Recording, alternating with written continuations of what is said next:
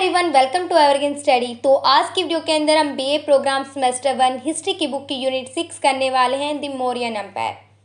तो जो चैप्टर 6 है इसके अंदर हम मौर्य एम्पायर को करने वाले हैं। इसके अंदर हम रीड करने वाले जो मौर्य एम्पायर के अंदर क्या क्या चीज़ें हम रीड करेंगे, तो वहाँ का स्टेट एंड एडमिनिस्ट्रेशन देखेंगे, सोसाइटी क्या थी, इकोनॉमी कैसा था वहाँ पर, और एक ग्रेट रूलर अशोका थे, उनके द्वारा चलाए गए धर्म देखेंगे, किस प्रकार से जो मौर्य एम्पायर है इतना लॉन्ग पीरियड तक चला, उसका डिक्लाइन किस तरीके से होता है, और वहाँ का आर्ट एंड आर्किटेक्चर देखेंगे। Let's start a video. तो सबसे पहले हम देखते हैं जो मौर्य एम्पायर है वो किस प्रकार से एस्टेब्लिश होता है, किस प्रकार से उसकी स्थापना होती है बेसिकली। ठीक है, तो जस्ट मैंने आपको प्रीवियस वीडियो कराया था, 5th चैप्टर करा था, जिसमें हमने रीड किया था कि 16 महाजनपद थे, और सबसे इम्पोर्टेंट महाजनपद क्या था, मगध था। ये मैं आपको ऑलरेडी करा चुकी हूँ। तो मैंने प्रीवियस वीडियो में ही बताया था कि जो 16 जो महाजनपद थे वो क्या कर रहे थे, एक दूसरे पर आक्रमण कर रहे थे, और क्या कर रहे थे, जो क्षेत्र था एक दूसरे का उस पर आक्रमण करके अपना हक कर रहे थे। तो उसी में मैंने आपको बताया था कि लास्ट में क्या होता है, जो 16 महाजनपद में जो सबसे इम्पोर्टेंट जो महाजनपद था क्या था, मगध। तो वो क्या कर लेता, सभी जो महाजनपद पर अपना अधिकार कर लेता है।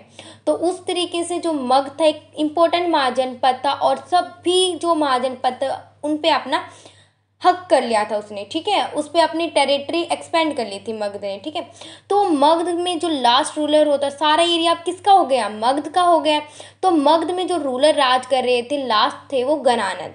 तो वो राज कर रहे होते हैं मगध पे कि क्या होता है, एक व्यक्ति होते हैं, क्या व्यक्ति का नाम क्या होता है, चंद्रगुप्त मौर्य। क्या नाम होता है, चंद्रगुप्त मौर्य। तो चंद्रगुप्त मौर्य नाम के एक व्यक्ति होते हैं, वो क्या करते हैं, जो घनानंद होते हैं, जो मगध में क्या कर रहे थे, एक एम्परर थे, एक राजा थे, वो क्या कर देते हैं, चंद्रगुप्त मौर्य घनानंद को मार देते हैं, और जो मगध था वहाँ पर उसको हरा देते हैं, और वहाँ पर कौन सा अपना साम्राज्य स्थापित करते हैं, मौर्य। तो वहाँ पर मौर्य साम्राज्य फाउंड किया जाता है, किसके द्वारा, चंद्रगुप्त मौर्य द्वारा। तो बेसिकली मैंने आपको क्या बताया, जो मगध पे कौन राज कर रहा था, घनानंद राज करे थे। कौन राज करे थे, घनानंद राज करे थे। तो वहाँ पर एक व्यक्ति होते हैं, मतलब अपनी सेना लेके आते हैं चंद्रगुप्त मौर्य नाम के, और वो किससे, उनको किसने बताया था कि आप घनानंद को इस तरीके से हरा सकते हो, तो एक व्यक्ति थे, क्या नाम था उनका, नाम कौटिल्य, चाणक्य भी जिसको हम बोलते हैं। तो चाणक्य एडवाइस देते हैं चंद्रगुप्त मौर्य को कि आप क्या करो, घनानंद को हरा दो, और वहाँ पर क्या कर लो, अपना साम्राज्य स्थापित कर लो। तो चंद्रगुप्त मौर्य घनानंद को मार देते हैं, और वहाँ पर अपना साम्राज्य स्थापित कर लेते हैं, जिसका नाम वो रखते हैं मौर्य एम्पायर। तो उस तरीके से 321 BC में क्या होता है, मौर्य एम्पायर का एस्टेब्लिश किया जाता है चंद्रगुप्त मौर्य द्वारा। ठीक है, जो मौर्य एम्पायर था इसकी जो कैपिटल जस्ट लाइक इंडिया है, इंडिया की कैपिटल न्यू दिल्ली है, तो उसी तरीके से हर एक एम्परर होते थे वो क्या करते थे, अपनी एक राजधानी बनाते थे। तो जो चंद्रगुप्त मौर्य है वो क्या, किसको राजधानी बनाते, पाटलिपुत्र, जो आज का बिहार है ना, वहाँ पर पाटलिपुत्र कहलाया जाता था। तो वहाँ पर वो अपनी राजधानी बनाते हैं। ठीक है, जो कि फर्स्ट जो एम्परर था, जो फर्स्ट एम्पायर था, जो कि इंडिया के पूरे ऑल ओवर इंडिया में फैला था, बिल्कुल थोड़ी कम संख्या में रह गया था लेकिन पूरे ऑल ओवर इंडिया में फैल गया था मौर्य एम्पायर। ठीक है, अब देखते हैं किस प्रकार से मौर्य एम्पायर कहाँ तक फैला था, किसकी मदद से फैला वो। ठीक है, तो for the first time in history में देखा जाए तो लार्ज जो पोर्शन था ये देखा जाता, जैसे कि हमने फर्स्ट जो प्रीवियस चैप्टर भी करके आए उनमें हमने इतना देखने को नहीं मिला कि ऑल ओवर इंडिया में कोई इतना साम्राज्य फैल रखा हो। लेकिन जो फर्स्ट जो ऐसा एम्पायर था मौर्य एम्पायर, वहाँ पर क्या करते हैं, फर्स्ट हिस्ट्री में देखा जाए तो पूरे ऑल ओवर इंडिया में फैला हुआ था। ठीक है, नॉर्थ वेस्ट तक। ठीक है, तो किसने इसकी स्थापना की थी, कौन थे फाउंडर, चंद्रगुप्त मौर्य, और किसकी हेल्प से करी थी, चाणक्य की हेल्प से। ठीक है, तो आज का अफगानिस्तान देख लो और बलूचिस्तान, वहाँ तक किसने फैलाया था, चंद्रगुप्त मौर्य ने फैलाया था। बाद में इनके ग्रैंडसन आते, देखो हमने सन की बात नहीं करी, इनके बिंदुसार इनके बेटे होते हैं, उनके टाइम पीरियड में ना इतना एम्पायर नहीं फैलता है, वो भी रीड करेंगे अब। ठीक है, लेकिन इनके जो ग्रैंडसन होते, ग्रैंडसन का नाम क्या है, अशोक। तो अशोक के टाइम पीरियड में क्या होता है, जो साम्राज्य होता है, मौर्य एम्पायर होता है, वो बहुत ज़्यादा फैलता है। ठीक है, तो क्या है, मौर्य एम्पायर था अपनी पीक पर था, जैसे आज का बिहार देख लो और उड़ीसा देख लो, बंगाल देख लो, तो ना वहाँ तक फैला हुआ था। देख लो कहाँ अफगानिस्तान है, कहाँ बिहार है, कहाँ बंगाल है, वहाँ तक फैला हुआ था। ठीक है, उड़ीसा साइड तक। ठीक है, तो कितना लार्ज पोर्शन था। मौर्य एम्पायर फैला हुआ था। अब ना सबसे इम्पोर्टेंट क्वेश्चन आता है, इम्पोर्टेंट रूलर्स देखते हैं फर्स्ट, ठीक है। तो फर्स्ट जो एम्पायर थे, जो फर्स्ट एम्परर थे चंद्रगुप्त मौर्य, जिन्होंने क्या करे थे, फाउंड की थी मौर्य डायनेस्टी को, ठीक है। तो ये मैंने बताया था किसकी हेल्प से उन्होंने फाउंड की थी, ये कौटिल्य की हेल्प से की थी, जिसे हम चाणक्य भी बोलते हैं। तो ना जो चंद्रगुप्त मौर्य को ना अलग अलग बुक्स होते हैं ना, ग्रीक की जो बुक है उनमें ना उनको ना सेंड्रोकोटस और एंड्रोकोटस बोला गया। क्या बोला गया, सेंड्रोकोटस और एंड्रोकोटस नाम दिया गया किसको, चंद्रगुप्त मौर्य को, ठीक है। ही एंड तो उन्होंने क्या, ग्रीक के एक राजा थे, क्या नाम था उनका, नाम सेल्यूकस निकेटर। तो नॉर्थ वेस्ट इंडिया में कौन राज कर रहा था, ग्रीक के एक व्यक्ति होते, एक राजा होते सेल्यूकस निकेटर, वो राज कर रहे होते। तो चंद्रगुप्त मौर्य उनको हरा देते, किसको हरा देते, सेल्यूकस निकेटर को हरा देते। और उसके बदले में पहले क्या होता था बेसिकली, जैसे कि एक एम्परर है, उसने एक पर्टिकुलर जगह को जीत लिया, तो वो जगह तो उसकी हो गई, उसके बदले में जो राजा हारा है उसको कुछ चीजें उसको बदले में देनी ही होती थी। तो सेल्यूकस निकेटर है, हारे हैं, तो उसको बेसिकली कुछ तो देना पड़ेगा। तो क्या करते, जो उनकी डॉटर होती है हेलिना, उसका जो विवाह है वो किससे कर देते हैं, चंद्रगुप्त मौर्य से कर देते हैं। तो मैंने क्या बताया, नॉर्थ वेस्ट इंडिया है, वहां पर कौन राज कर रहे थे, ग्रीक के एक राजा होते हैं सेल्यूकस निकेटर, वो राज कर रहे थे। तो वो हार जाते हैं चंद्रगुप्त मौर्य से, और इसके बदले में जो सेल्यूकस निकेटर है वो क्या करता है, जो अपनी बेटी हेलिना होती है उनका विवाह किससे कर देते हैं, चंद्रगुप्त मौर्य से कर देते हैं वो, ठीक है। और साथ में जो उनके एक राजदूत होते हैं, एम्बेसडर होते हैं, एम्बेसडर का नाम होता है मैगस्थनीज, तो मैगस्थनीज को उनके साथ इंडिया भेजते हैं। चंद्रगुप्त मौर्य ने किसको हराया, सेल्यूकस निकेटर को हराया। इसके बदले में उन्होंने दो चीजें ली, एक था जो उनकी डॉटर है हेलिना, उसका विवाह चंद्रगुप्त मौर्य से हो गया, और सेकंड जो उनके एक एम्बेसडर थे, एक राजदूत थे बड़े फेमस मैगस्थनीज नाम के, तो वो मौर्य कोर्ट में आ गए और उन्होंने ना एक बुक लिखी है, मैगस्थनीज की एक बुक है इंडिका, आगे मैं बताऊंगी। तो इंडिका जो पुस्तक है उसमें ना हमें बहुत सारी बातें पता चलती, जैसे अब जो हम चीजें रीड करें ना, तो मैगस्थनीज ने अपनी एक बुक इंडिका में लिखा है सब कुछ, सोसाइटी कैसी थी, इकोनॉमी कैसी थी, ट्रेड कैसे होता था, रिलीजन क्या था, सब कुछ मैगस्थनीज ने अपनी बुक इंडिका में लिखी है। तो उसकी मदद से हम पता कर पा रहे हैं कि मौर्य एम्पायर किसने एस्टेब्लिश करा, किस तरीके से हारे, वो सारी चीजें हमें पता चलती है, ठीक है। ये भी रीड करेंगे। तो ये सारे इंपॉर्टेंट रूलर हमने देखा। सेकंड इंपॉर्टेंट रूलर जिनके बारे में इतना तो नहीं आता, लेकिन बिंदुसार होते हैं, जो कि चंद्रगुप्त मौर्य के बेटे होते हैं। तो बिंदुसार के बारे में इतना तो नहीं होता, इतना उन्होंने एक्सपेंड भी नहीं करा, लेकिन एक इम्पोर्टेंट रूलर थे जिनके बारे में कम ही बातें पता है। तो जो उनको ना टाइटल दे, जैसे पहले क्या होता था, राजा वाजा ना अपने आप को टाइटल वाइटल देते थे कि यदि मैं अपने आप को टाइटल दूंगा ना तो बहुत फेमस हो जाऊंगा। तो उन्होंने बिंदुसार ने अपने आप को टाइटल दिया था, क्या था टाइटल, अमित्रघात। क्या टाइटल दिया था, जिसका मतलब होता है दुश्मनों को मारने वाला, अमित्रघात, जो कि हमें ग्रीक के रिकॉर्ड्स में मिलता है। जैसे कि बहुत सारे सेक्ट होते हैं, बहुत सारी बुक्स होती हैं, जैसे हमारी महाभारत है, अलग अलग सेक्ट होते हैं ना, तो वही बिंदुसार किसके फॉलोवर थे, आजीविका करके एक सेक्ट था, उसके फॉलोवर थे, कौन थे, बिंदुसार, ठीक है। तो ये ना वैसे बड़े बड़े कॉम्पिटिटिव एग्जाम होते हैं ना, उनमें क्वेश्चन आ जाता है, आपका तो नहीं आएगा, एक नंबर के आते ही नहीं, लॉन्ग क्वेश्चन आते हैं आपके, तो ठीक है। तो बिंदुसार आजीविका सेक्ट होती है, उसके फॉलोअर थे, ठीक है। एक ना क्या बिंदुसार के ना डिप्लोमेटिक रिलेशन होते हैं ना, वो सीरिया और इजिप्ट के साथ हैं। मतलब कि ये माना जाता है बिंदुसार के जो रिलेशन है विवाह से रिलेटेड, वो सीरिया और इजिप्ट के साथ भी थे। तो आपको ना सीरिया और इजिप्ट मैंने बताया, तो इससे एक और बात निकल के आती है कि बिंदुसार का रिलेशन सीरिया और इजिप्ट से था, तो बेसिकली वो ट्रेड भी करते थे। तो एक अच्छा सा क्वेश्चन जब ट्रेड वाला हम रीड करेंगे तो आप बेसिकली खुद भी लगा सकते हो अनुमान कि ये बात सीरिया और इजिप्ट के साथ बिंदुसार का रिलेशन है, तो पक्का वो क्या करते होंगे, ट्रेड करते होंगे। तो ये थोड़ी नॉर्मल बात है, ये आपको पता होनी चाहिए। अब देखते हैं अशोका, ये इसके बारे में तो आता ही आता है एग्जाम के अंदर। तो अशोका सबसे इंपॉर्टेंट रूलर होते हैं ऑल ओवर मौर्य एम्पायर में, ठीक है। अशोका वो the son of second Maurya empire, जो सेकंड एम्परर कौन थे, बिंदुसार थे, उनके बेटे होते हैं अशोक, और इनके किसके ग्रैंडसन होते हैं, चंद्रगुप्त मौर्य के होते हैं। और जो चंद्रगुप्त मौर्य हैं उनके ग्रैंडसन थे ये, ठीक है। और Ashoka was also known as Ashoka the great, Ashoka को किस नाम से भी जाना जाता है, अशोका द ग्रेट के नाम से भी जाना जाता है, ठीक है। अशोका जब देखा हमने कि चंद्रगुप्त मौर्य ने बहुत सारा टेरिटरी एक्सपेंड करी थी। लेकिन जब अशोका है वो रूलर बनते हैं तो वो क्या करते हैं, जो आज का तमिलनाडु और केरला को छोड़कर पूरे ऑल ओवर इंडिया में वो राज मतलब उन्होंने अपनी टेरिटरी एक्सपेंड कर ली थी, तमिलनाडु और केरला को छोड़ के, ठीक है। अशोक का expand the empire of Chandragupta Maurya, जो चंद्रगुप्त मौर्य का जो मौर्य ने जो एक्सपेंड मतलब जिन्होंने फाउंड की थी उसको और ज़्यादा फैला देते हैं।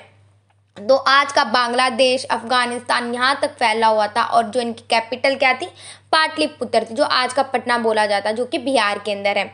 तो तक्षशिला एंड उज्जैन था, वो क्या था, उन्होंने प्रोविंस एंड कैपिटल, क्योंकि जो उज्जैन और तक्षशिला बहुत इंपॉर्टेंट जगह थी, अब हम रीड करेंगे क्यों थी ये जगह, तो ना इस वजह से उन्होंने प्रोविंस एंड कैपिटल बना दी थी अशोका ने, ठीक है। तो ना अशोका जो किंग है ना, उनको इसलिए फेमस बोला जाता है बिकॉज एक वॉर था, क्या वॉर था, कलिंगा वॉर, जो आज का ओडिशा है ना, वहाँ पर कलिंगा एक लड़ाई हुई थी अशोका की। तो उस वॉर में क्या होता है, बहुत सारे लोगों की डेथ हो जाती है, और वहाँ पर ना अशोका ना जीत रहे थे उस वॉर को, मतलब जीतना होता है ना, लास्ट एंड पॉइंट होता है, मतलब कि अशोका की विजय हो गई है बेसिकली। लेकिन वो अपने आप को वॉर से पीछे ले लेते, क्यों लेते, बिकॉज इसमें क्या होता है, बहुत सारे 1 लाख से ज़्यादा लोगों की डेथ हुई थी, और 1,50,000 लोग क्या चले गए थे, देश निकल के चले गए थे, मतलब बाहर चले गए थे देश से, मतलब कि इंडिया से बाहर चले गए थे बेसिकली, ठीक है।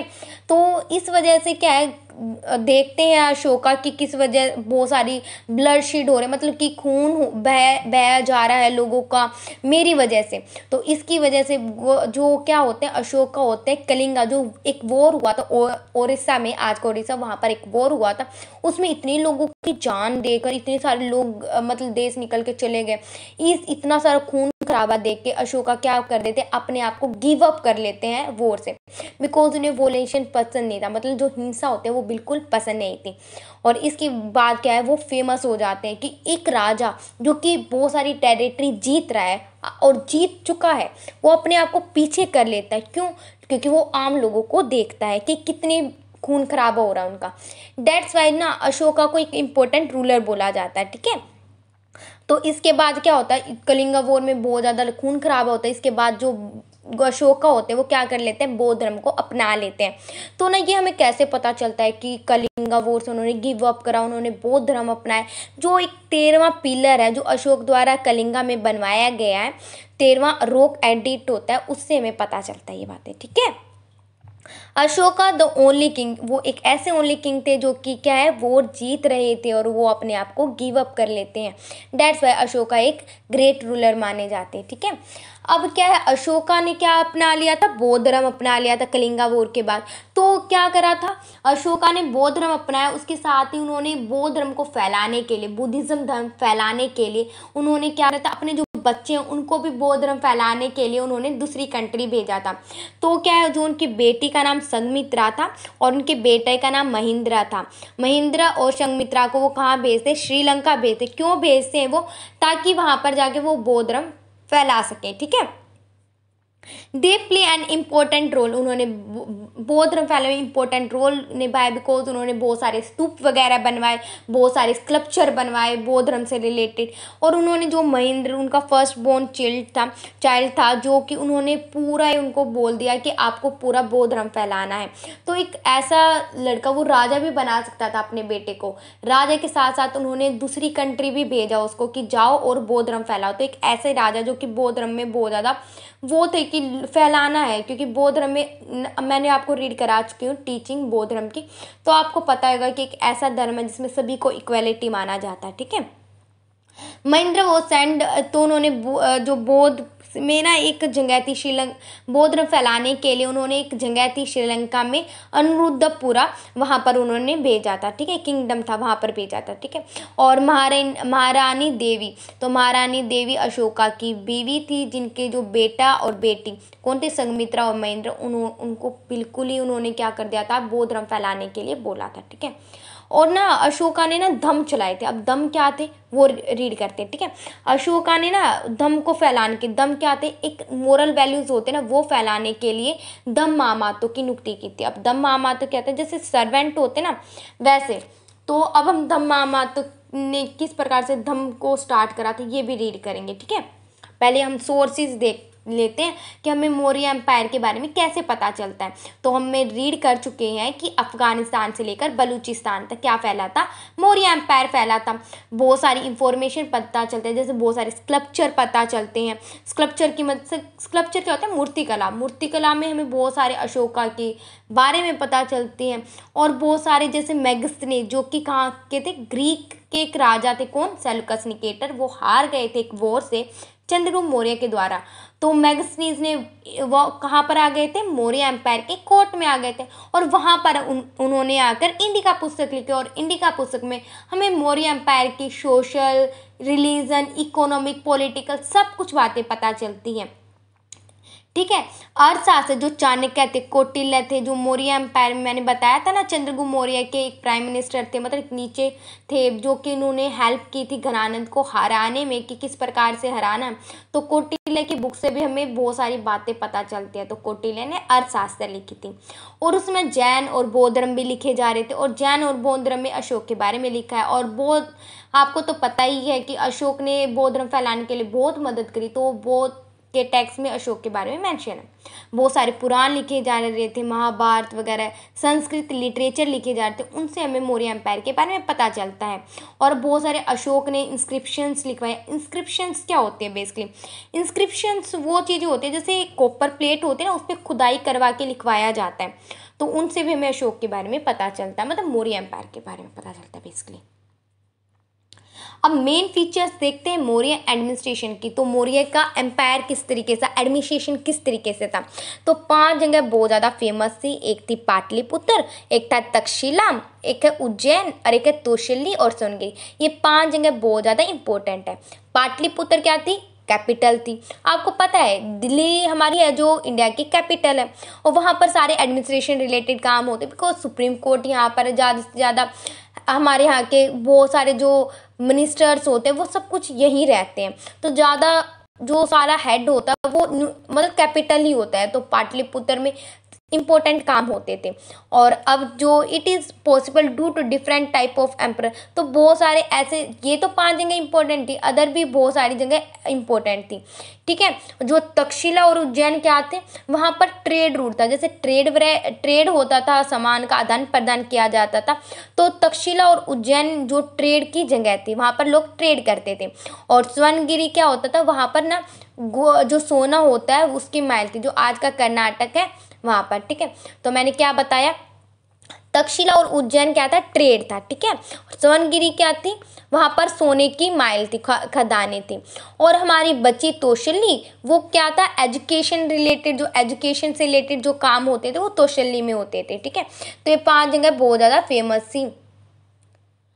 अब वहाँ का जो ट्रांसपोर्ट किस तरीके से होता था, मतलब ट्रेड व्रेड कैसे होता था, तो लैंड और रिवर के द्वारा वहाँ पर ट्रेड होता था। ठीक है, अब यहाँ पर सिक्योरिटी किस तरीके से थी। ठीक है, तो आपको पता है पैसेंजर जैसे ट्रेड व्रेड होता था, तो या फिर कोई भी राजा का व्यक्ति होता था, उसके लिए ना जगह जगह क्या होते थे, रहने के स्टे, रहने के लिए फूड सिक्योरिटी सब कुछ होती थी पैसेंजर के लिए, कि बीच रास्ते में वो राजा का काम कर रहा है, फिर ट्रेड कर रहा है, वो थके ना, उसके लिए हर एक रूट पे क्या होता था, ठहरने के लिए, खाने के लिए सिक्योरिटी प्रोवाइड करी जाती थी। ठीक है, मतलब मौर्य एम्पायर बहुत अच्छा था। ये सारी हमें मैगस्थनीज और अर्थशास्त्र की मदद से पता चलता है। ठीक है, अब आर्मी किस तरीके से, तो जो मैगस्थनीज है, मैगस्थनीज की क्या बुक है, इंडिका, उससे हमें पता चलता है कि 6 कमेटियाँ थी। 6 कमेटी कौन सी थी, एक थी जो कि नेवी की हेल्प करती, मतलब ऐसे होता है ना आर्मी में काम का डिवीज़न, तो एक कमेटी क्या करेगी, नेवी का ऑपरेशन करेगी, मतलब नेवी से रिलेटेड जो नौसेना होता है उसका काम वगैरह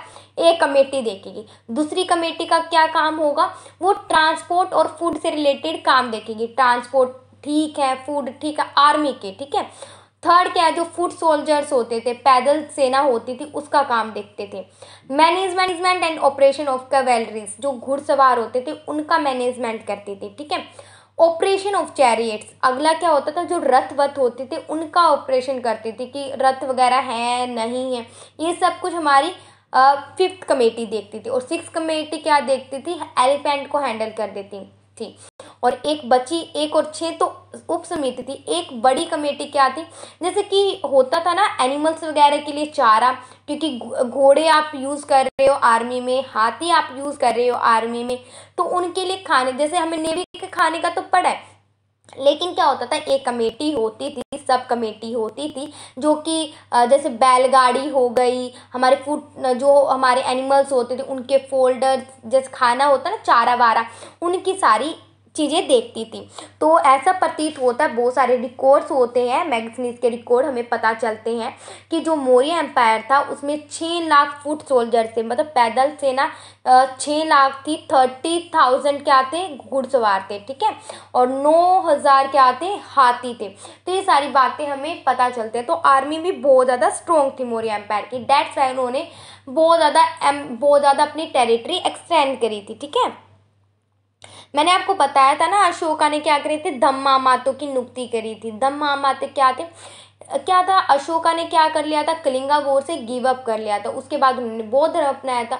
तो उसी के साथ में उन्होंने क्या करे थे, धम्म की स्टार्टिंग की थी। धम्म क्या थे, धम्म मैंने आपको बताया था महामातो की नियुक्ति की थी। धम्म क्या थी, जैसे मोरल वैल्यूज होते हैं ना, जैसे छोटे बच्चों को शिक्षा दी जाती है कि अपने बड़ों की क्या करनी है, तो ये सारे ना अशोका ने क्या करे थे, धम्म की स्टार्टिंग करी थी कि सब लोगों को ये मानने है बेसिकली, ठीक है। जेनरोसिटी टूवर्ड सन्यासी एंड ब्राह्मण, मतलब ब्राह्मण और सन्यासी उनके प्रति आदर रखना हमें, ठीक है। जो स्लेव होते हैं उनको आदर मान, उनको अच्छे ट्रीट करना है, ठीक है।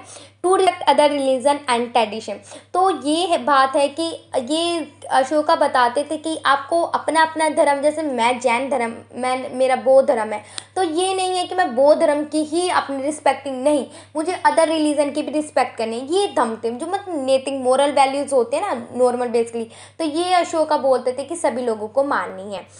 जो धम्म थे ये रिटन और इंस्क्रिप्शन, ये हमें कैसे पता चलते हैं कि अशोका ने धम्म स्टार्ट की, तो बहुत सारे इंस्क्रिप्शन हमें बताते हैं, और इसके लिए उन्होंने ग्रेट मैन की भी नियुक्ति की थी, धम्मामातो की भी नियुक्ति की थी, ठीक है। ये मैं आपको ऑलरेडी बता चुकी हूँ। अब मौर्यन पीरियड में इकोनॉमी कैसे थी, पैसे से रिलेटेड किस तरीके से काम होता है, जस्ट लाइक मैं आपको पहले भी बहुत सारे चैप्टर्स करा चुकी हूँ, जैसे हड़प्पा करवा चुकी हूँ, वैदिक करवा चुकी हूँ, उनमें हमने इकोनॉमिक भी देखी थी, और आने वाले जितने चैप्टर होंगे उनमें भी हम किसी भी एम्पायर के बारे में देखें तो सबसे इम्पोर्टेंट आपको ये पता होना चाहिए कि इकोनॉमी का साधन है वो खाली एक ही होता था, वो है एग्रीकल्चर। एग्रीकल्चर से ही सारा कुछ होता था। तो जो मौर्य एम्पायर थी वहाँ की इकोनॉमी किस तरीके से थी, वो सारी डिपेंड थी एग्रीकल्चर के ऊपर, ठीक है। ठीक है, कल्टिवेटर अपेयर टू, जो कल्टिवेटर होते थे appear to make the bulk of the population and agriculture tax were the primary source of revenue. Just like जो खेती वेती करते थे उससे जो रिवेन्यू होता था वो सबसे इम्पोर्टेंट प्राइमरी सोर्स होता था रिवेन्यू का, बिकॉज उस समय कितने 100 किंगडम थे, छोटी छोटी आर्मीज रखते थे, हर कोई चीफ होते थे, उनको भी तो सैलरी देनी है, कहाँ से आएंगे, ये कहाँ से आते थे, एग्रीकल्चर से जो रिवेन्यू होता था उससे आते थे, ठीक है। और इतनी सारी आप चीफ रख रहे हो तो उससे आपको रिवेन्यू कलेक्ट करने में भी ईजी हो जाता था, ठीक है। जितनी आप एग्रीकल्चर करोगे उतना ही आपको बेनिफिट होता था, ठीक है। फार्मर्स वर लिबरेटिव प्रोविजन रूलर टैक्स, तो ये होता था जैसे अर्थशास्त्र जो कि किसने लिखी है, कौटिल्य ने लिखी है, उससे में बताया जाता था ये जो टैक्स होते थे इतने भी स्ट्रिक्ट नहीं होते थे, नॉर्मल इंसान पे कर सकता था, ऐसे होते थे, ठीक है। जो चंद्रगुप्त मौर्य है ये बताते हैं कि जो एडमिनिस्ट्रेशन, जो रिवेन्यू वगैरह इकट्ठा करने के लिए, और फार्मर्स हो गए, जो मर्चेंट हो गए, ट्रेडर, उनके साथ कोई बुरा बर्ताव ना कर दे। जैसे होता है ना पहले के टाइम में बुरा बर्ताव कराया जाता था अलग अलग चीफ ट्रेडर्स के, मतलब जो जमींदार होते थे उनके द्वारा, तो उनसे बचने के लिए चंद्रगुप्त मौर्य ने वहाँ पर क्या कर दिया, सिविल सर्विस की नियुक्ति कर दी, मतलब बहुत सारे एडमिनिस्ट्रेटर होते ना उनकी नियुक्ति कर दी थी कि कोई भी व्यक्ति है मर्चेंट फार्मर ट्रेडर को दुखी नहीं करेगा। तो ये देखो कि जो मौर्य एम्पायर में एक अच्छी चीज़ हमें देखने को, एग्रीकल्चर ज़्यादा होती थी, एडमिनिस्ट्रेशन अच्छा था, और चंद्रगुप्त मौर्य ने मर्चेंट फार्मर्स और ट्रेडर की रक्षा के लिए जो सिविल सर्विस में जो एडमिनिस्ट्रेटर होते उनकी भी नियुक्ति करी थी, और नॉर्मली जो चीफ होते थे वो रिवेन्यू इकट्ठा करते थे।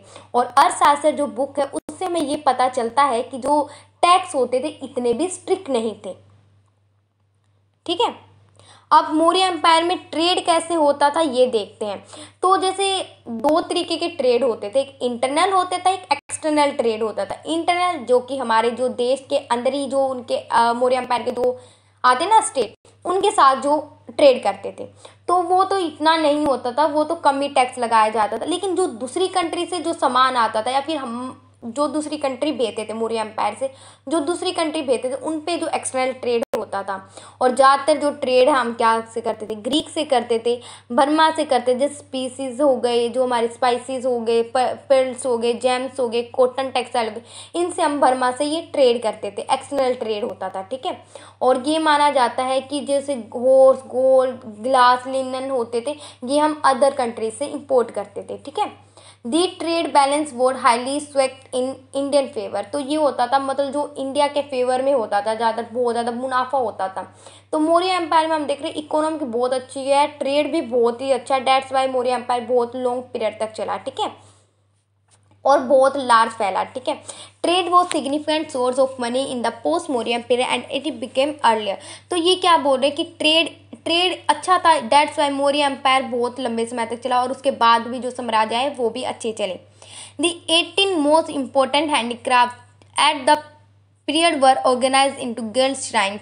तो क्या होता था, एक ना ये होता ना, जैसे बहुत सारे लोग होते थे, उनकी जो समूह को क्या बोला जाता था, उनके समूह को साइरेंस बोला जाता था। ठीक है, और उनके प्रेसिडेंट, प्रमुख, एल्डरमैन, जेटका होते थे। ठीक है, मतलब एक समूह होता था, उनको साइरेंस बोलते थे। उनके प्रेसिडेंट हेड होते थे बेसिकली, उनको प्रमुख बोला जाता था, और जेटका एल्डरमैन को बोला जाता था। ठीक है, बेसिकली ट्रेड का एक ग्रुप होता था। ठीक है, अब देखते हैं जो मर्चेंट होते थे, merchant club were form to organize trade. तो वहाँ पर मर्चेंट बहुत सारे क्लब होते थे कि ये वाला मर्चेंट ये काम करेगा, तो इस तरीके से क्लब डिवाइड थे। दी सेल ऑफ गुड, जो गुड्स होते थे वो बहुत ज़्यादा अच्छे होते थे। और क्या होता है, जैसे कि मैं अपनी ही कंट्री में ट्रेड कर रही, तो मैं 1/5, जैसे कोई भी चीज़ है उसका मैं 5th पार्ट से 1% मुझे क्या लेना पड़ेगा, उसका टैक्स लेना पड़ेगा, जो अपनी कंट्री में मैं ट्रेड कर रही हूँ। समझ में आ गया। और जो अदर कंट्री से मैं ट्रेड करी, जस्ट लाइक मैं दूसरी कंट्री का सामान करी, तो उसका 10% लगता था। मैंने क्या बोला है, जैसे कि मैं अपनी कंट्री में ट्रेड कर रही हूँ किसी सामान को लेकर, तो मुझे 5% टैक्स देना पड़ता था। लेकिन वो दूसरी कंट्री से जो आया सामान, उसका मुझे कितना टैक्स देना पड़ता था, 10% देना पड़ता था। तो ये चीज़ थी मौर्य एम्पायर के अंदर। ठीक है, commodities made in the country was stamped and the manufacturing plant while those are important for other country। वहाँ पर टूल टैक्स, मतलब अपनी कंट्री में कम होता था, लेकिन अदर कंट्री से जो सामान आता था उन पर टूल टैक्स लगता था। ठीक है, क्योंकि आप अदर कंट्री से सामान मंगा रहे हो, उससे बहुत ज़्यादा वो तो होता था, बाहर जा सामान लेके आना, उसे समुद्र के द्वारा यात्रा करी जाती थी, बहुत ज़्यादा नुकसान भी हो जाता, तूफान वगैरह के आने, तो ट्रेड थोड़ा हैवी होता था जो अदर कंट्री से सामान आता था। और मौर्य एम्पायर का अदर कंट्री में भी ट्रेड होता, जैसे कि हमने देखा था बिंदुसार के रिलेशन थे सीरिया और इजिप्ट के साथ, तो वहाँ पर भी ट्रेड होता था, बर्मा के साथ भी ट्रेड होता था। ये सारी चीज़ें आपको मैंशन करके आनी है। ठीक है, अब मौर्य एम्पायर में क्राफ्ट एंड इंडस्ट्री किस तरीके से थी, क्राफ्ट कैसा था। तो मौर्य एम्पायर में क्या था, वहाँ पर सेंट्रलाइज गवर्नमेंट थी, मतलब एक हेड होता था। ठीक है, बेसिकली जैसे अशोक है तो अशोका ही, चंद्रगुप्त मौर्य है तो एक सेंट्रलाइज गवर्नमेंट थी वहाँ पर। ठीक है, तो ये हमें मैगजीनाइज के रिकॉर्ड से पता चलता है। जो अर्थशास्त्र से क्या है, जो चाणक्य है, चाणक्य द्वारा अर्थशास्त्र लिखी गई है, उनसे हमें पता चलता है कि जो क्राफ्ट पीपल होते थे, they might either labour on their own और एज पार्ट ऑफ ग्रुप। वो क्या करते थे, बहुत सारे लेबर अकेले भी काम करते थे और बहुत सारे ग्रुप्स में मिलकर भी करते थे। ठीक है, तो वहाँ पर क्या थे, जो होते थे आर्मर्स होते थे, मतलब जो वो होते था जो हथियार वगैरह बनाते थे, शिप बिल्डर थे, उनको भी क्या है टैक्स पे करना पड़ता था। ठीक है, टेक्सटाइल गिल्ड्स होते, मतलब उनके समूह होते थे ना, जो कपड़े वपड़े बनाते थे, उनके जो समूह होते थे। अर्थशास्त्र से हमें पता चलता है कि जैसे मुद्रई होगी, अपर्णता होगा, कलिंगा, काशी, वंगा, वत्स्य, महिषा, ये कॉटन टेक्सटाइल के लिए फेमस है। मतलब ये जगह है बेसिकली वो फेमस थी कॉटन के लिए। वंगा थी, जैसे ये बहुत सारी जगह है, ईस्ट बंगाल, वेस्ट बंगाल, असम, ये भी वाइट एंड सॉफ्ट टेक्सटाइल के लिए फेमस है, मतलब कपड़े के लिए फेमस थी। ठीक है, तो एक क्या था, एक गिल्ड्स मतलब एक समूह था, क्या नाम था, कारम होता था, कर्मकारस, और एक होता था व्रतकास। तो ये क्या होते थे, जो कर्मकारस होते थे ये मतलब थोड़े बहुत बेनिफिट के लिए काम करते थे, पैसे दिए काम कर दिया। और व्रतकास क्या होता है, जो दूसरे की जमीन पे काम करते थे, दास वगैरह होते थे, तो वो काम करते थे। ठीक है, समझ में आया। तो इस तरीके से काम करते थे, मतलब उस समय में क्या होता था, जमीन खरीद के भी लोग कुछ काम करते थे, और कुछ क्या है, अपना सर्वेंट बुलाते थे कि आप आओ और मेरी जमीन पे काम करो, मैं इसके बदले में पैसे दूंगा। तो इस तरीके से भी था। ठीक है, other important craft and industry होती थी, वो था मेटलरी, पोट्री, जो वुड वर्किंग भी होता था, और स्टोन कटिंग भी होता था। ठीक है,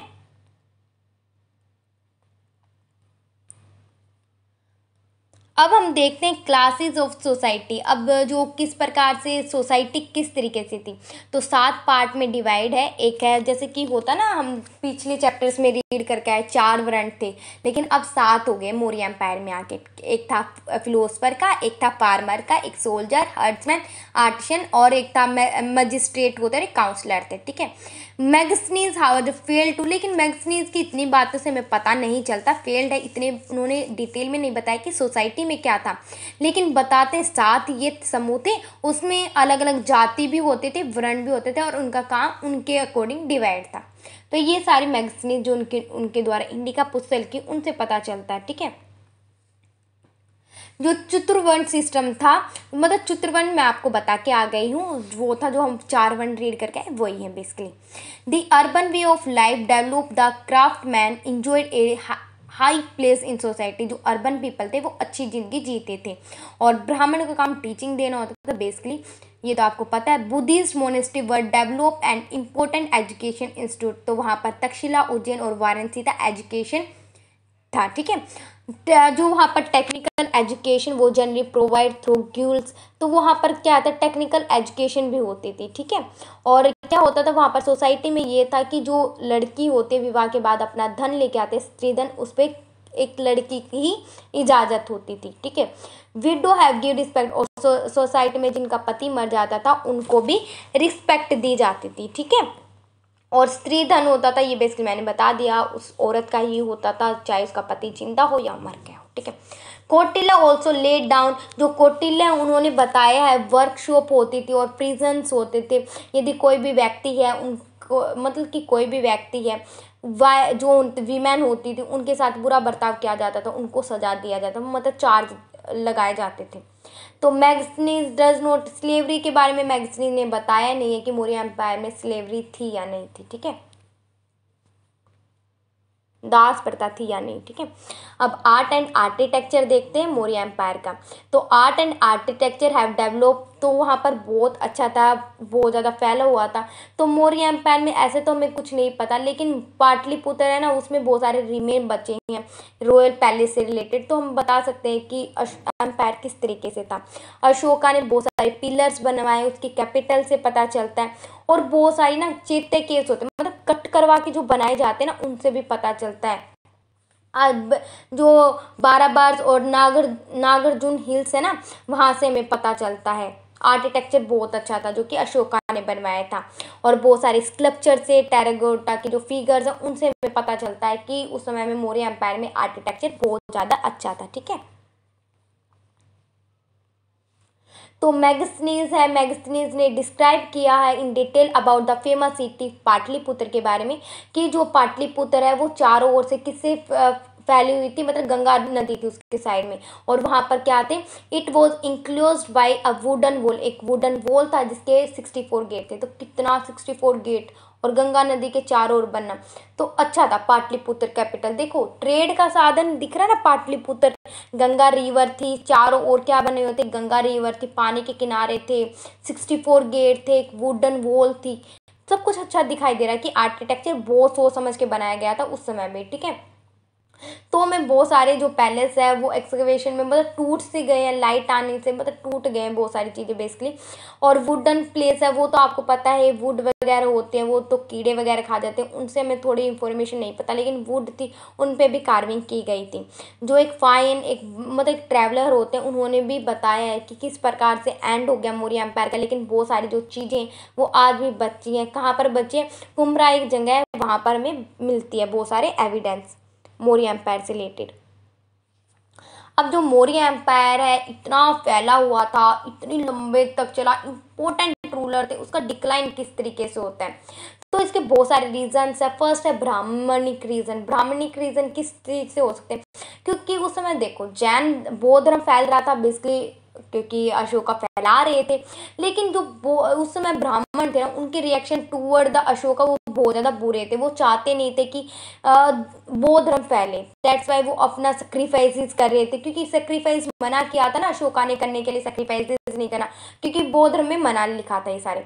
तो इस वजह से उनकी जो ब्राह्मण थे वो चाहते नहीं थे कि ये सारी चीज़ें हो, तो दैट्स वाई कुछ रीजंस की वजह से डिक्लाइन हो जाता है। ब्राह्मण नहीं चाहते थे कि मौर्य एम्पायर लंबा चले, ठीक है। फाइनेंशियल क्राइसिस आ गए थे, कलिंगा वॉर में इतने लोगों की डेथ हो गई थी, डेट्स वाई, और क्राइसिस भी आ जाता है। ओप्रेसिव रूल मतलब जो रूल था वो बहुत ज़्यादा बुरा था। ये जो लेटर रूलर्स आ रहे थे ना अशोका के बाद, वो रूल उनका अच्छा नहीं चल रहा था। जो पार्टीशन ऑफ द एम्पायर, बाद में जाके मौर्य एम्पायर टुकड़ों में बट जाता है, ठीक है। क्योंकि क्या होता है आगे चल के जो रूलर्स आते हैं ना वो लड़ाई करने लग जाते हैं कि मेरा साम्राज्य है, मेरा साम्राज्य है, तो वो टुकड़े कर लेते हैं। हाईली जो सेंट्रलाइज, एक व्यक्ति के हाथ में एडमिनिस्ट्रेशन था, तो क्या एक व्यक्ति के हाथ में और लोगों की मनमानी नहीं चल रही थी, तो लोगों के मन में भी ये आ रहा है कि एक राजा ही क्यों ही राज करा, सभी लोगों के हाथ में थोड़ी थोड़ी पावर होनी चाहिए, लेकिन ऐसा नहीं था, वहां पर सेंट्रलाइज पावर थे। यदि रूलर बहुत ज़्यादा स्ट्रोंग है तो आर जो पूरी कंट्री है, जो पूरा एम्पायर है वो सेंट्रलाइज रह सकता है, अच्छी तरीके से काम कर सकता है। लेकिन यदि कमजोर रूलर आ गया और वहां पर एक वो ही रूलर राज कर रहा है, यदि वो कमजोर है तो किस प्रकार से साम्राज्य को चलाएगा? तो लोग उससे छीना झपटी करने लग जाएंगे, मतलब उस पर आक्रमण करने लग जाएंगे। तो हाईली सेंट्रलाइज एडमिनिस्ट्रेशन की वजह से, और जो अशोका के बाद जो रूलर्स आए वो बहुत ज़्यादा कमजोर थे, ठीक है। इंडिपेंडेंस ऑफ प्रोविजन, जो प्रोविजन थे, जैसे मौर्य एम्पायर था पूरा फैला हुआ था, लेकिन बाद में जाके जो छोटे छोटे जो टुकड़ों में अपने आप जो लोग हैं जमींदार होते अपने आप निकलने लग जाते हैं कि मैं अपना अलग, मैं अपना अलग। इस वजह से मौर्य एम्पायर का डिक्लाइन हो जाता है, क्योंकि टुकड़े हो जाते हैं। Spread of new matter knowledge in, तो बहुत सारी नई नई नॉलेज निकल के आ जाती है, ठीक है। इंटरनल रिवोल्ट चलने लग जाता है, मतलब अंदर ही एम्पायर के अंदर ही रिवोल्ट चलने लग जाते हैं, और बहुत सारे फॉरेन इन्वेजन भी हो जाते हैं, बहुत सारे लोग आक्रमण करने लग जाते हैं दूसरी कंट्रीज के। डेट्स वाई मौर्य एम्पायर का डिक्लाइन होता है। तो ये चैप्टर 6 था हमारा, कंप्लीटली कवर होता है। नेक्स्ट चैप्टर हमारा 7 है जो कि हम करेंगे। तो ये हमारी वीडियो यहाँ तक थी। If you like video then like share and subscribe my channel. यदि आपको इस चैप्टर से रिलेटेड नोट्स चाहिए तो आप मेरे टेलीग्राम चैनल जुड़ सकते हो, लिंक है डिस्क्रिप्शन में। Thank you for watching.